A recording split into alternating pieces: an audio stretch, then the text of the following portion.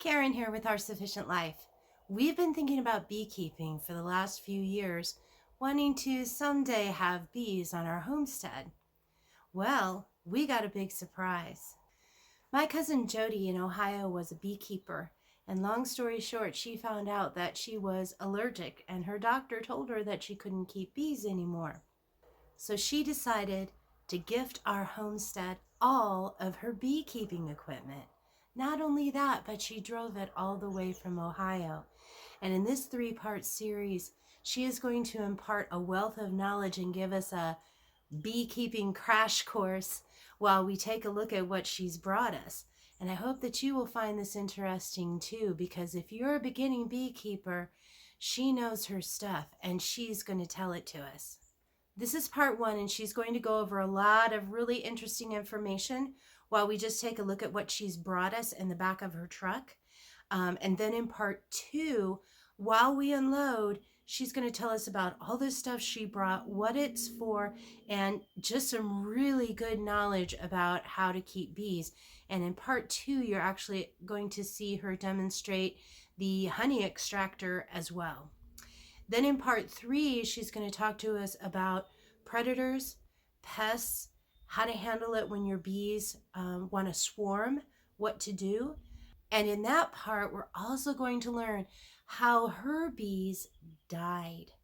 I've put these 3 parts on a playlist, so the next part should go ahead and run when you get to the end. If not, I've got links at the end as well as in the description. So let's get to it. Well, I cannot believe you brought all of this for our homestead.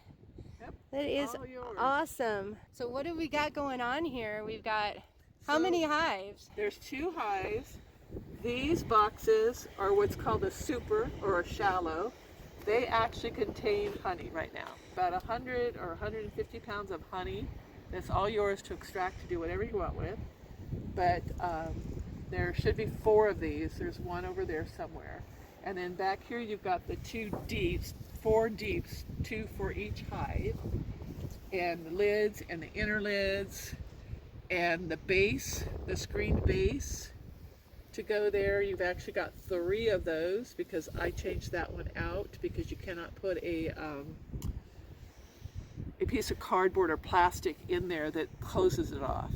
Okay. It's always open, and it's better to have the close off, especially when you're treating for mites. And it's just a piece of like plastic, somewhat like this, that just slides into the railing and you pull it in and out. And so it allows for or doesn't allow for extra ventilation.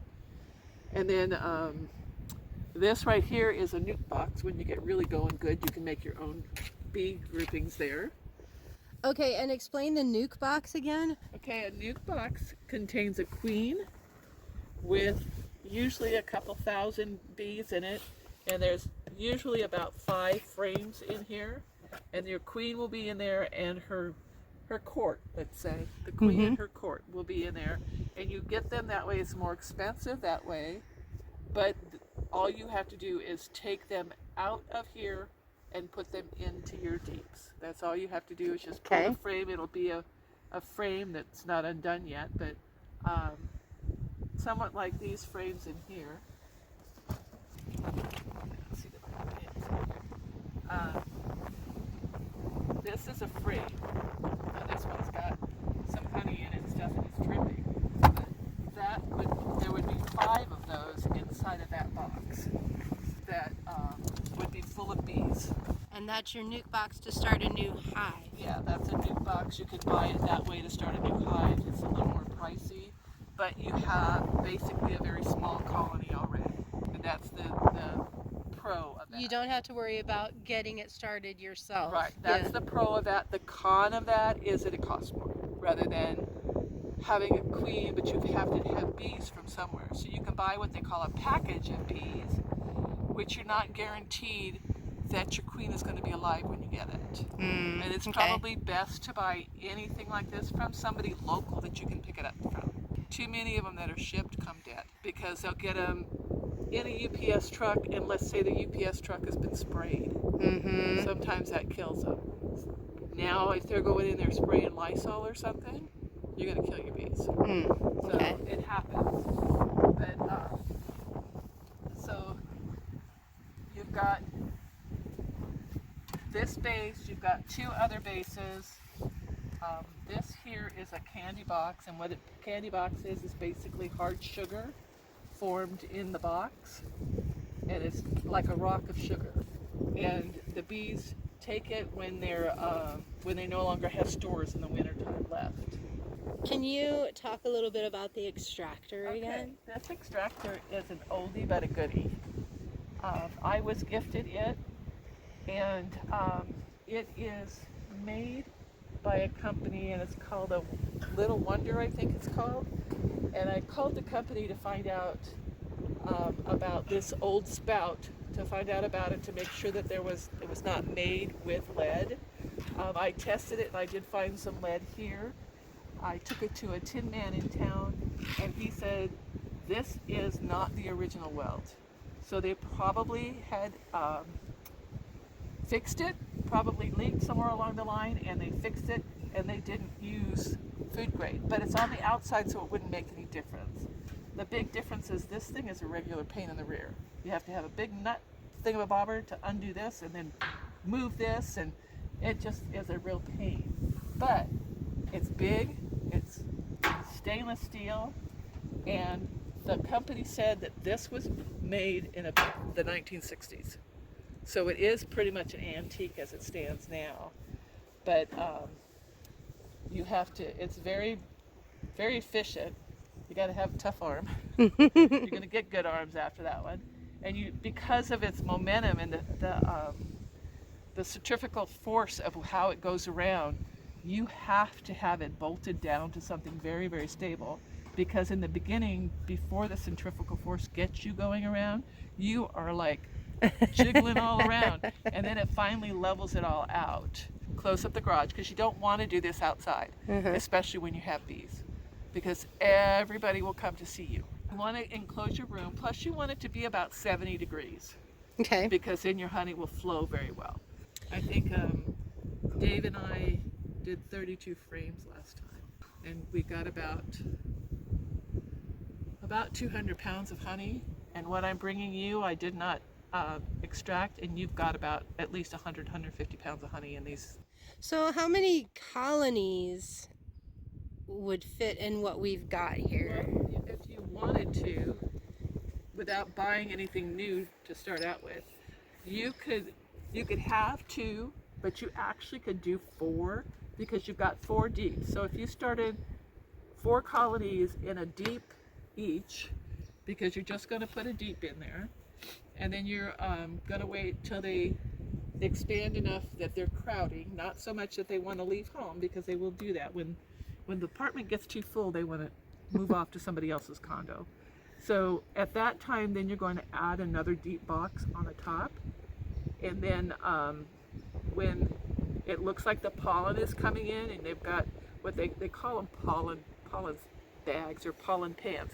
You'll see on the back legs of the bee, she'll just have these big bunches of colored stuff on her, and that's the pollen she's bringing in. And when they start bringing that in, then you want to put one of those short ones I showed you first, which is called the super or the honey super or the shallow. You want to put that on top, because that's where they're going to store the honey. They're going to take it all up there and store it. And still, if they start getting crowded, you need to move up. And if they get more crowded than you want to go up, then you need to purchase a new queen and split them. And it's basically like take a random, without the queen, a random assortment of the frames with bees already on it, and put it in a new box with a new queen. And she comes in a little box that's got a little candy plug in it, and you hook her in there, and you leave her there for about 3 days. You don't mess with her, and then you come back and check. You can give her a little sugar water, but mostly they're going to feed her through there. They're also going to eat that plug out, and so then they're going to release her. If they accept her, they're going to release her. It's best, especially when you're starting out, and I never could find a queen. Even marked queens, I never could find them. I just gave up. It's best to get a marked queen.